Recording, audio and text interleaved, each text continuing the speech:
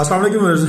आजम खान साहब ने जनाब फाइनली कुरान पाक के ऊपर हाथ रख के ये बयान रिकॉर्ड करवा दिया। उन्होंने कहा जी मार्च में मुझे मेरे स्टाफ ने साइफर की कॉपी दी और वो कॉपी लेकर मैं वजीर आजम साहब के पास गया। उन्होंने वो कॉपी लेकर अपने पास रख ली और बाद में जिस वक्त तक मैंने वजारत खारजा वहाँ से छोड़ी नहीं उस वक्त तक कॉपी जो है वो वापस मेरे ऑफिस नहीं आई थी। वो कहते कि मैंने उनको ये बात बताई थी कि आप इस साइफर को अवाम के दरमियान में इसको बयान मत कीजिएगा, लिहाजा वो कह रहे कि मेरी बात पे अमल नहीं किया गया। इमरान खान साहब का कहना था कि ये अंदरूनी एक्टर्स के लिए ये चीज़ भेजी गई है कि वो अदम एतमाद का वोट लेकर इमरान खान साहब की गवर्नमेंट को चलता करें, और इस वजह से वो साइफर इमरान खान साहब ने मना करने के बावजूद आजम खान साहब ने बताया कि अवाम के अंदर उसको बयान किया।